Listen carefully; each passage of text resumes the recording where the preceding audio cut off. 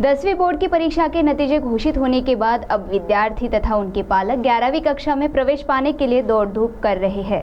मगर 11वीं कक्षा में प्रवेश की ऑनलाइन प्रक्रिया होने से विद्यार्थी तथा उनके पालकों को अनेक समस्याओं से गुजरना पड़ रहा है। तो ये जानते हैं इस संदर्भ में विद्यार्थी पालक के साथ चांदा शिक्षक प्रसारक मंडल अध्यक्ष डॉक्टर अशोक जीवतोड़े ने क्या कहा। राज्य में 11वीं कक्षा में प्रवेश प्रक्रिया ऑनलाइन तरीके से होने पर हर तरफ पालकों में तथा विद्यार्थियों में संभ्रम की स्थिति दिखाई दे रही है। कभी इंटरनेट का बंद होना तो कभी उसमें एरर आना, ऐसी अनेक समस्याओं का सामना विद्यार्थी तथा पालकों को करना पड़ रहा है। वहीं इस प्रवेश प्रक्रिया में काफ़ी समय भी लग रहा है। तो आइए सुनते इस संदर्भ में एक पालक ने क्या कहा। मी प्रीती सचिन एरेवार, मी ॲज अ एक्झिक्युटिव्ह इंजिनियर म्हणून महाजनकोला कार्यरत आहे। माझी मुलगी आता जस्ट 10th स्टँडर्डला पास झालेले, तर मला ॲडमिशनसाठी प्रोसिजर जी करायची आहे त्याच्यामध्ये मी आता जी नुकतीच आता ऑनलाईन जी प्रोसिजर झालेली आहे त्यामध्ये मी मुलीचं ॲडमिशनची प्रोसिजर स्टार्ट केलेली आहे। पण मी गेल्या 3 दिवसांपासून ही प्रोसिजर करत आहे आणि नेटवर्क प्रॉब्लेम आहे, भरपूरशा गोष्टींमुळे माझी ती ॲडमिशनची जी प्रोसिजर आहे ती कम्प्लिटली होत नाहीये आणि त्याच्यासाठी मला 3 दिवसांपासून मी ते सुट्टीवर आहे। म्हणजे माझ्या मुलीची ॲडमिशन करण्यासाठी जर मला एवढा वेळ लागत असेल एका म्हणजे 11th स्टँडर्डसाठी, असं तर नाही आहे की 12वी नंतर मी कुठल्या कॉलेजेसमध्ये ॲडमिशन घ्यायची आहे बी किंवा मेडिकलला, तशी प्रोसिजर नाही आहे ना, ही 11th स्टँडर्डलाच घेतोय आपण। पण त्यासाठी जर मला हे 3-3, 4-4 दिवस जर असे लागत असतील, कारण मी हे पर्सनली ॲडमिशन करून बघत होते ऑनलाईनमध्ये, पण मला खूप प्रॉब्लेम्स गेले म्हणून आज मी कॉलेजला व्हिजिट केली की म्हटलं मला इथले सर जे आहेत ते मला सहकार्य करतील। पण ॲक्च्युली त्यांना पण तोच इश्यू येत आहे की त्यांचे कॉलेजेस सिलेक्ट होत नाही, या त्यांनाही एकेका विद्यार्थ्यांचं करायला 2 ते 3 तास लागत आहेत। म्हणजे हा एक विद्यार्थ्यांना पण म्हणजे खूप मानसिक त्रास होतोय आणि त्यामुळे पॅरेंट्सला पण खूप मानसिक त्रास होतोय।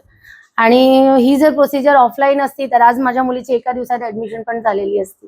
तर माझी हीच इच्छा आहे की ती ऑफलाईन ॲडमिशन करणं सगळ्यात बेटर आहे। नाहीतर मग या सिस्टमला तुम्ही इतकं चांगल्या पद्धतीने करा की मी जर आज ॲडमिशन करायला गेली तर माझी 2 तासात पूर्ण प्रोसीजर कंप्लीट व्हायला पाहिजे। वहीं इस प्रवेश प्रक्रिया में लग रहे समय तथा आ रही अनेक समस्याओं के चलते एक बार फिर 11वीं में प्रवेश ऑफलाइन से किया जाए, ऐसी भी मांग की जा रही है। तो आइए सुनते इस संदर्भ में एक छात्रा ने क्या कहा।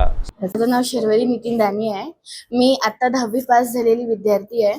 या ऑनलाईन प्रकरणामुळे खूपच त्रास होऊन राहिला आहे मलाही आणि माझ्या आईबाबांनाही। तर माझी हीच विनंती आहे की ही ऑफलाईन प्रक्रिया थोडं हे करून ऑफलाईनकडे जास्त लक्ष द्या। साथ ही इस प्रवेश प्रक्रिया के संबंध में चांदा शिक्षण प्रसारक मंडल के अध्यक्ष डॉक्टर अशोक जीवतोड़े ने जनता कनिष्ठ महाविद्यालय में प्रवेश प्रक्रिया को लेकर क्या जानकारी दी, आप स्वयं सुने उन्हीं की जुबानी।